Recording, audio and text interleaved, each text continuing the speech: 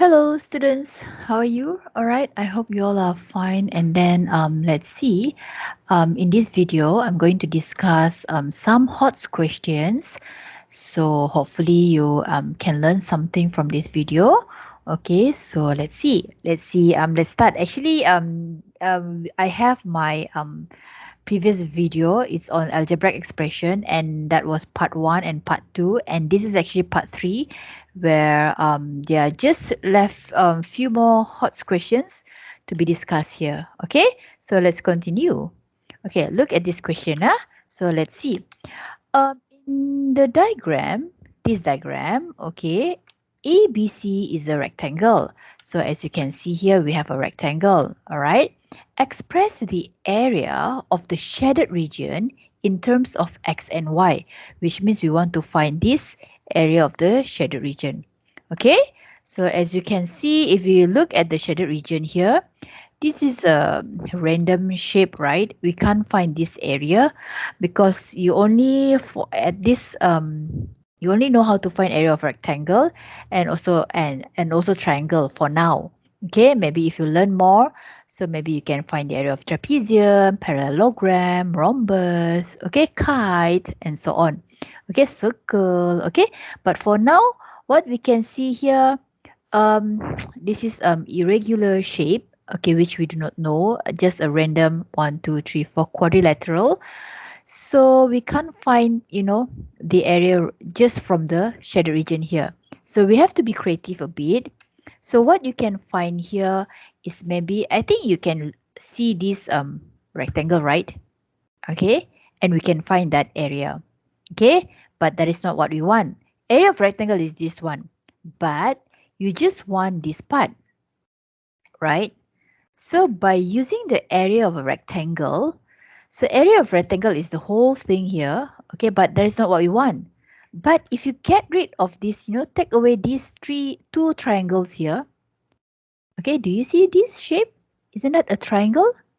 And you already learned how to find area of triangle in primary school, right? So we can use it here.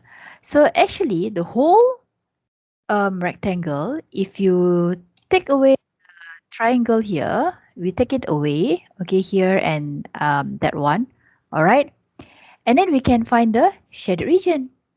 That's how you do. So that's the main idea here. We find the area of the whole rectangle and you minus the two triangles, then we can find the remaining shaded region here. Okay, all right, so let's proceed. So we find the whole rectangle, so I write here length times width, right? We know what's the length, isn't it? The length here is 6x and 2x, right? 6x plus 2x. Okay, we learn about like terms. So 6x we can plus with 2x because they are like terms. 6x plus 2x is 8x, right? So I'm going to write here 8x times. Now, what is the width of this rectangle? We have the length, and now what is the width? Okay, here 3y and also y. So that would be 3y plus y. And these two are also like terms. So you can add 3y plus y is 4y. Okay, so that is the width. So we write here 4y. So which means this is the length and that is the width. Isn't that area of rectangle? When you multiply length and the width, what you get is the area of a rectangle. So yeah, we can multiply. So as I said last time, we can multiply, doesn't matter like terms or unlike terms, we just multiply. Okay, so how to multiply this? Settle the coefficient first. 8 times 4, 8 times 4, 32. So we write here 32. The variables here, x, y. So you just write here 32 xy. So this is the area of a rectangle. Okay, but that is not what we want. Okay, we just want the, what do you call that? The shaded region. So we have to take this away from that rectangle. Let's take this away first. Okay, I'm going to label that as A. So I'll write here triangle A. Okay, so triangle A is, you know, area of a rectangle is half times base times height. Okay, so I will write here first half, where the base here is, I hope you can identify the base and height here. Okay, never ever take the slanting line as your height. Okay, so here, if you take this as your base, yes, of course you can take this as your base, but the height would be from the apex here, perpendicular to your base, which you don't have the value. So don't choose that side as your base. Why don't we choose this as our base? Because if you choose that as your base, your height is from here, perpendicular to your base. Okay, you have the base and you have the height, so you use that one. Okay, so yeah, so the base is 3y and the height is 6x. I'm going to write here 3y times 6x. Remember, times, now from now onwards, if you are form 1, form 1, right? Form 1 and 2, 3, 4, 5, 6, okay? Try not to use times anymore, okay? We try to use bracket, okay? So let's see how to settle this. Half, we settle the coefficient first. Half times 3 times 6. What is that? Half times 3 times 6. Okay, this one we can cut 1, 2. All right, so 3 times 2 is 6. Okay, so you will get 6 here, and what do you call that? The variable, you just write 6yx, but normally we follow the alphabetical order. X comes first, right? So we just write xy. What does it mean? The 6xy means 6 times x times y. If you want to write 6yx, also can, which means 6 times y times x. The product will get the same, we will get the same result. If you write 6yx, 6xy, they are the same because we just need the product, okay? You will get the same result. But normally we follow the alphabetical order, okay? So that is your A. I'm going to label that as your A. Okay, let's find B here, triangle B. Triangle B. Okay, it's the same formula because it's a triangle. Okay, so half times base. Okay, as I said, you choose the one, for example, you don't choose this one because you don't have the base. Why do you choose that? Okay, you don't even have that information. So don't choose that one as your base. So we choose this one as our base. Therefore, the height is from the apex perpendicular to your base, which is this is your height and that is your base. So your base here is 2x, right? Your height here is from here to here, which is 3y and y, which is 4y. 3y plus y is 4y, okay? As what we discussed earlier. So here we will write 2x, that is your base, and times your height, which is 3y and y, is total 4y. Okay? Cut this. 2 and 2 can be cut, so remains x, y. So we have also 4 here. So the answer is 4xy. Okay, this one we cut already. 2 cut already, so left x times 4y. X times 4y will give you 4xy. Yeah, so back to our initial plan just now. We planned just now, we find the area of a rectangle, then we get rid of this, get rid of that. So the remaining area is your is the area of the shaded region.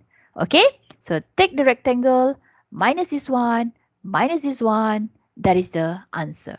Okay, so the shaded region here will be shaded region will be equals to what do I write? 32xy. This is the rectangle, right? Minus the area of the triangle A of A and minus this one. So I minus 6xy minus 4xy. Okay? Oh, as you can see here, like terms, like terms, like terms. xy, xy, xy, they are like terms. So we can minus. Okay? 32 minus 6 minus 4. What is that? 32 minus 6 minus 4. I think I made a mistake here. Haha, this one, right? to cut here is 3, right? Sorry for that. So 3 times 3 is 9. So here, let's erase this one. This one should be 9. Okay? So that's why be careful. Don't be like me, okay? So 32 minus 9 xy minus 4xy. They are like terms, so we can minus. 32 minus 9 minus 4. 32 minus 9 minus 4, isn't that 19 xy, right? Okay? Or 32 minus 13, 32 minus 13 will give you 19. Okay, so the answer is 19xy. Can.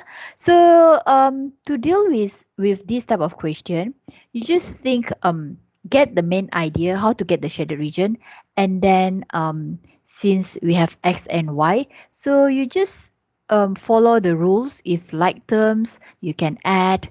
Okay, if you multiply, you settle the coefficient first, and then the variables, something like that. Okay, just answer this question like how you answer your standard 6, standard 5 questions. Okay, get the main idea. Rectangle minus triangles. Okay, so and then you do one by one. Remember, you only can plus minus like terms. If they are not like terms, then it's okay. Leave it as it is. So it's okay. That's your final answer. Okay, so this our final answer here is 19xy. Yeah, I hope you understand. Okay, next question, we have this. Okay, continue. The diagram shows an empty water tank and its measurement. So this is the tank here. We have the length, width, and the height. Okay, the height is also equals to this. Don't look at this m here. This m here is the unit meter. Okay, as you can see here, the variables here, they put it in what do you call that? Italic form, right? Okay, so that's variables. That's how they differentiate between variables and also unit here. Okay, so they write like that, x, y, and m here. This one is a normal font. Okay, to fully fill the water tank, 12 containers of water with a volume 12 x to the power of 5, y to the power of 8 each are poured into the tank. Express D in terms of x and y. How is that? Okay, so which means this tank here is empty. There's no volume of water at all. So what do you do? When we fill up with 12 containers, where each container here, this container here, we have 12, 1, 2, 3, and also until 12. Each of these is, what is that? 12x to the power of 5, y, 8. The volume of each of these small container here is 12x to the power of 5, y power of 8. Okay, and all of these, okay, the volume of all of these 12 containers are poured here. Okay, and then here fill with water already. So which means what can you get from here?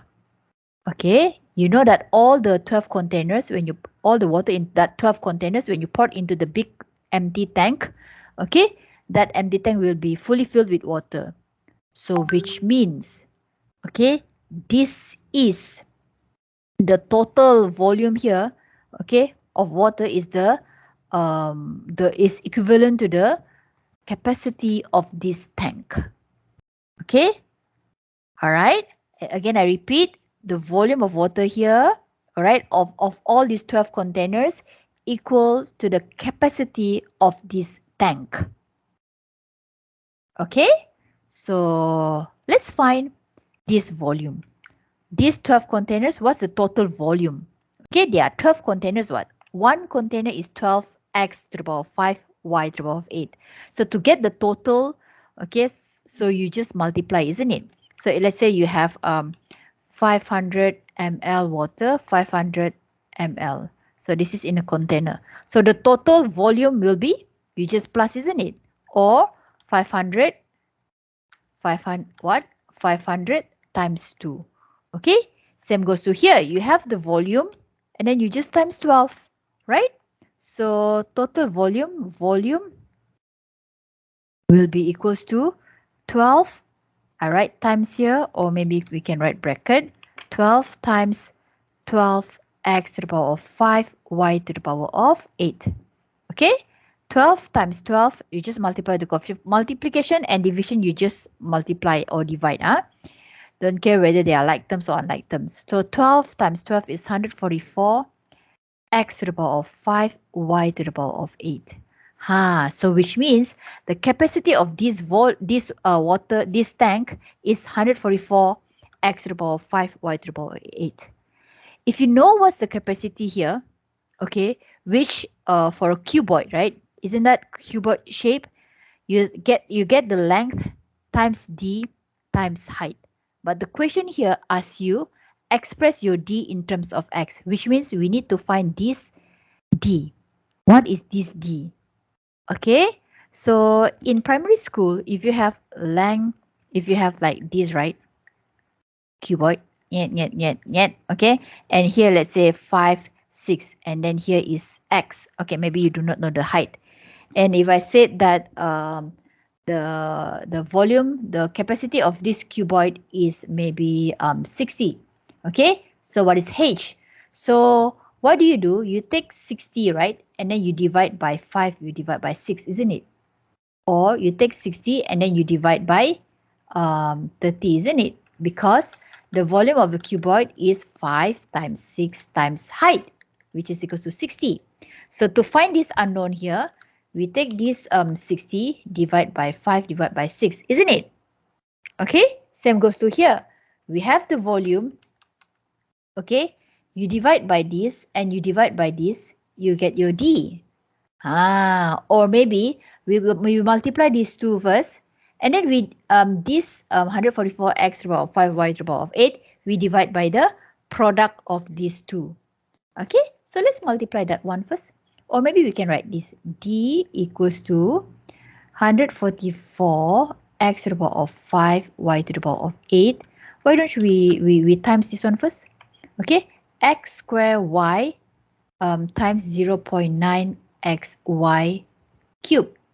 When we times this, we will get this is 1 times 0.9 is 0.9.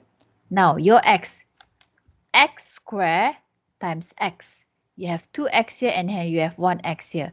So the power is 3. Okay, you have 1y here times y cube. So your y is y to the power of 4. Okay, so this is xy squared times 0.9 x squared. So the volume just now, if you divide by this, okay, you will get your d. So divide, normally we write as fraction, 0.9 x cubed y to the power of 4. Okay, how do you divide this? So if, as I said, division and multiplication, you just divide or multiply the number accordingly, okay? So we divide these two numbers first here. 144 divided by 0.9, you can just press your calculator. 144 divided by 0.9 will give you 160, right? You just divide, press calculator. 144 divided by 0.9 is 160. And then your x here, on top here you got x to the power of 5, and then you take away 3. Remember, we have 1, 2, 3, 4, 5. If you divide by 1, 2, 3, this one we can cut. So you just take the power 5 there, 5, then you minus 3, right? Remember, 5 minus 3. So you will have x squared. Can I? If not, you imagine this one. Oh, on top you have 8y. Y.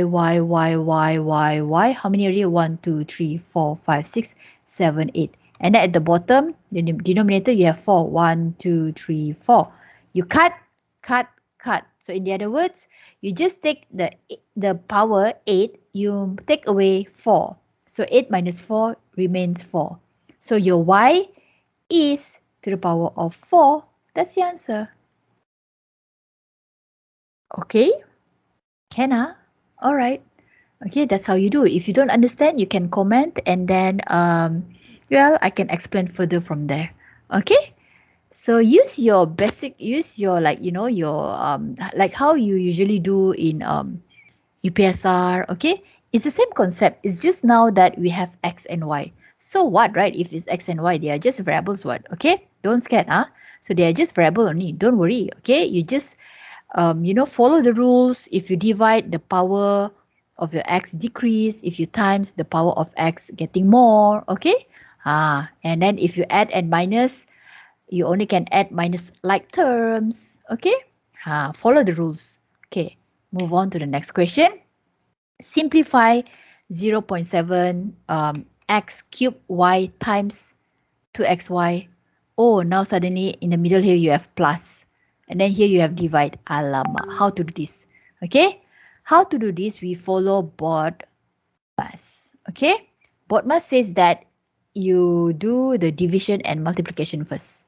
Okay, so which means this one times this one first, and then we do this one divide by this one, and then the answer of this you plus with this. Okay, you plus. Okay, let's do one by one. We multiply this one first. When you multiply, as I said, you just settle the coefficient first. 0.7 times 2 will give you 1.4. Okay, and when you multiply, the power of the variables will be, you should get the total of the power.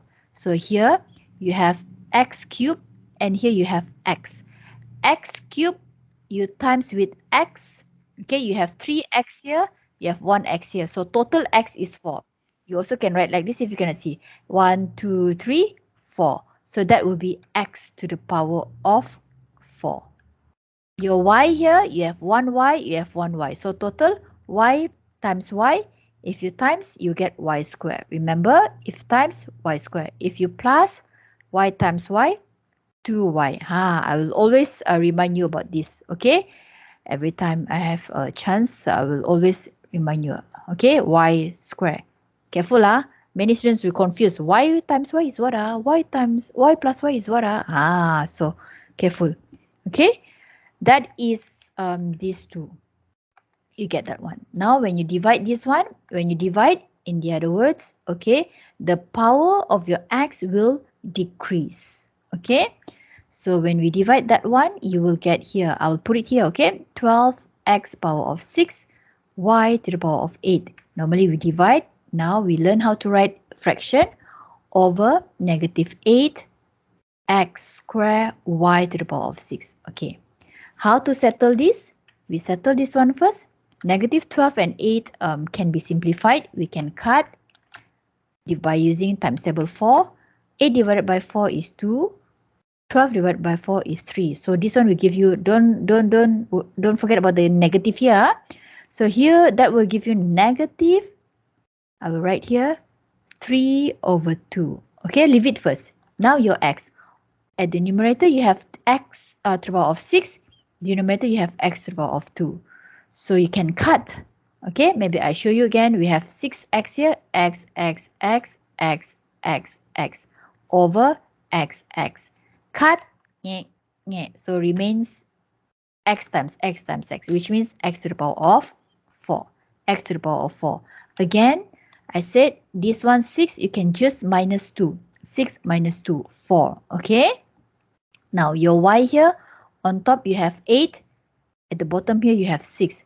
You imagine on top you have 8 y's, 8 y, y, y, y. At the bottom you have 6 y, y, y, y. So you cut, you should get y to the power of 2. If you can't imagine, I'll show you again. 1, 2, 3, 4. 1, 2, 3, 4. So there are 8. Divide by y, y, y, y, y, y. There are 6. Cut, cut. So left 2. That's why here is y square. Okay? This is so not nice. I'm going to write like this. Over 2. Okay? Like that lah. Alright. So, and here you can see that, oh, they are like terms. You are lucky. They are like terms. So x to the power of 4, y square, x to the power of 4, y square. So you can minus. You just press your calculator like this. 1.4 minus 3 over 2. You press like this accordingly, okay? So you should get negative 1.4 minus 3 over 2. You should get negative 2.9, is it?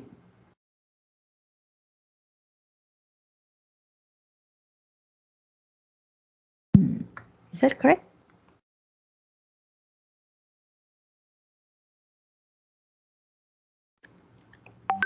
1.4 divided by 8, 1.53 over 2. 1.4 minus 3 over 2. You should get negative 0.1. Okay, you should get negative 0.1. I pressed wrongly, sorry. This is negative 0.1. Press calculator. So you get negative 0.1. Like terms, just follow lah. X power 4 y squared. That's your final answer. Okay. Okay, okay, that's how you do. Follow BODMAS. Okay, one more. Okay. Yao is 3 years younger than his brother. And his brother is 17 years old now. Write an algebraic expression for Yao's age after 2y years. Okay, let's find how old is Yao now. He is 3 younger than his brother now. Okay, now his brother is 17 years old. He is younger. Younger means his age should be if we draw a bar diagram here, the 3n here is this. Okay, so to get this Yao's age, we take 17 minus 3n, isn't it? We minus this one, right? Minus 3n, then you can get Yao. So Yao now, we write here, now Yao is 17 minus 3n. But they said, the question here said that how old is Yao after 2y years? So after 2y years, okay, after, for example, after 2 years, if after 2 years we just plus 2, right? Or after 3 we plus 3, after 4 we plus 4.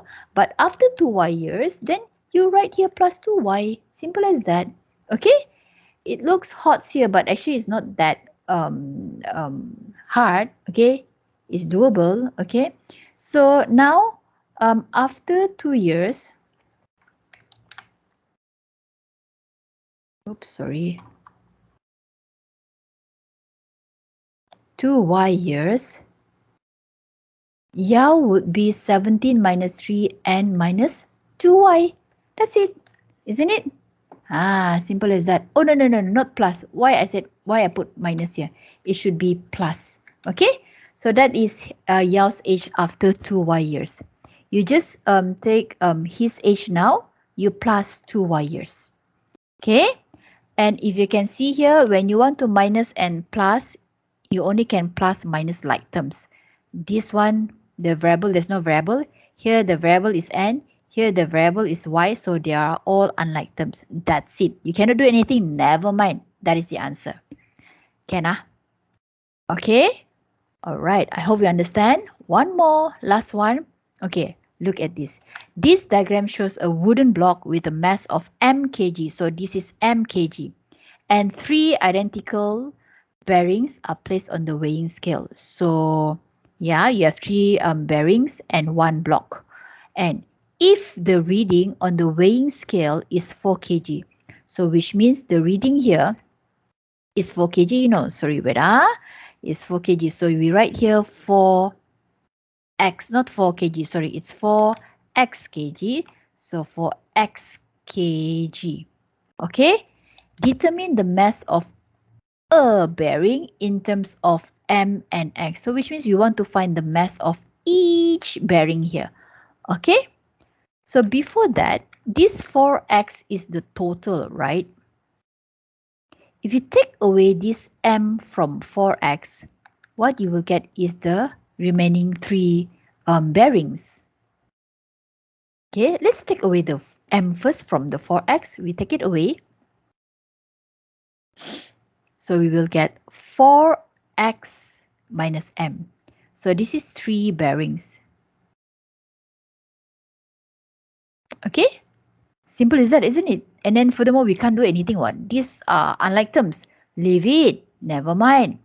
Okay, so if you want to find one bearing, okay, so you know, right, in primary school, if this is for 3, for example, if 40 for 3 bearings, to find one, one bear, three bears.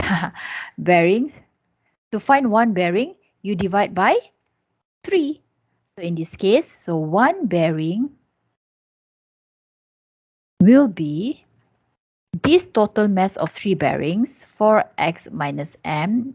This one, you divide by 3. But you are Form 1 now, be matured a bit. When you want to write divide now, we don't write this. We try to avoid this symbol now. We write like over 3. That's the answer. That is the mass of a bearing. Okay? Can I? Okay, that's the answer. That's number 1. Number 2. Find the total mass of 8 identical bearings when your M is 12 and your X is 9. Okay, so this one we need to substitute. Your M here is 12.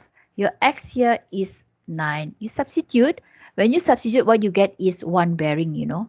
Okay, so I will substitute first.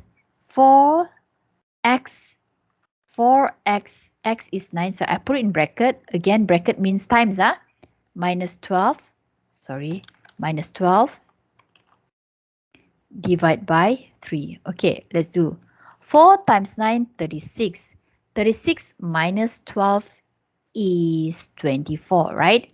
Okay, so then 24 you divide by 3. You will, this over means divide, okay? You divide by 3, you will get 8. Is that okay? 8 kg. Wow, that's heavy. That's very heavy. 8 kg. Okay lah. A bearing, the mass of a bearing is 8 kg. Okay, never mind. Okay, so one bearing is 8 kg. So now they ask for 8 identical bearings. So if this is one bearing, so the total of 8 bearings will be 8 kg times 8. Okay, so the answer is 64 kg. That's how you do. Is that okay, everyone? I hope you understand. If you don't understand, maybe you can replay again this video. You can just, stop, pause for a while and think, okay? Then, yeah, if you still need help, you can comment below and then I'll see what I can do, okay? So yeah, that's all students about this chapter. If you like this, okay, please like my videos and then share with your friends, okay? So yeah, I'll see you again. Okay, don't forget to subscribe. Bye everyone. Goodbye.